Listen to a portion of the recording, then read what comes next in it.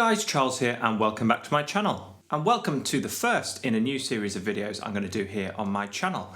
I've been taking YouTube quite seriously now for a few months and I feel I've got a real good sense of the sorts of things you guys are wanting from me, what you expect me to be able to help you with. And now I've talked about most of those things, I think probably the most useful thing for all of us is for us to start really focusing on applying these concepts. And rather than talking concept, talking context. And so this new series is going to be a deep dive into jazz standards. Each of these is going to be split into 3 or 4 videos, the first video of which will be the background and the history of the tune and understanding the basics of the composition. The second video will be comping and studying the harmony in more detail. And the third video will probably be talking more about soloing and improvising, maybe even writing a solo together. Once all those videos are published, you'll find a link down below in the description box to a playlist where you can watch all of them in order. So I really hope that you guys will find this useful. If you are new to the channel, don't worry, I will point you to previous videos I've done where they become relevant. I've done real deep dives into most of the topics that we'll cover. I will help you out along the way and show you exactly where to find the information you need. So without any further ado, let's look at today's tune, which is Softly as in a Morning Sunrise. Softly as in a Morning Sunrise was written by Sigmund Romberg and jazz overlord Oscar Hammerstein II for their 1928 operetta The New Moon. And the song is based on the theme of bitterness and yearning for a lost love. So we're going to quickly start by just looking at one verse of the lyrics. It's really important to look at lyrics for the song for 2 main reasons. The first is it gives you a sense of the vibe of the song, and second is it can give you an idea of the structure of the song as well. Softly as in a morning sunrise, the light of love comes stealing into a newborn day. Flaming with all the glow of sunrise, a burning kiss is sealing, a vow that all betray. For the passions that thrill love and take you high to heaven are the passions that kill love and let it fall to hell. So ends the story. Softly as in a morning sunrise, the light that gave you glory will take it all away. So some pretty dark stuff going on there, lots of light being removed from us and lots of themes of darkness and bitterness and yearning as we suggested earlier. It's a pretty sad tune and that's going to help us understand better how to perform this one. Now Softly was originally composed as a tango, but it has been performed in pretty much any style you can imagine in the years since then. Everything from more Latin vibes like bossas through to probably more commonly nowadays a swung interpretation, and that's how we're going to be doing it today. Now before we study a standard we need to have it in our ear, and to do that we need to track down some really confident performances of this piece. I haven't been able to track down a version from the original show, The New Moon. If anyone does have a version of that, please do leave a link down below because that would really help us all out. If anyone does have one, I'll copy it into the description box as well, and you can see the context in the original performance. However, here are some jazz interpretations which I can highly recommend. Frank Sinatra Jr. has a great arrangement. His singing's a bit ropey in this one, but it's a fantastic big band arrangement, and of course we can start to better understand those lyrics and get those stuck into our ear. For a great guitarist version, check out Jim Hall playing with Ron Carter on their Alone Together album. Jim Hall often slips under the radar somehow. I've only kind of recently discovered Jim Hall myself, but the guy is an absolute monster. So do check Jim Hall out playing with Ron Carter, bass legend Ron Carter.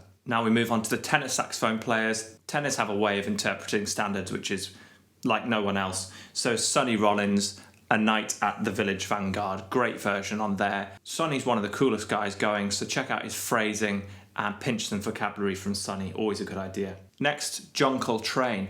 John Coltrane playing screaming in the top end of his soprano saxophone on this one live at the Village Vanguard as well. So check out Coltrane. And then finally a great version on YouTube of Michael Brecker playing at Jazz Baltica in 2003 with Christian McBride on the bass keeping it solid in the low end, and Michael Brecker does his thing.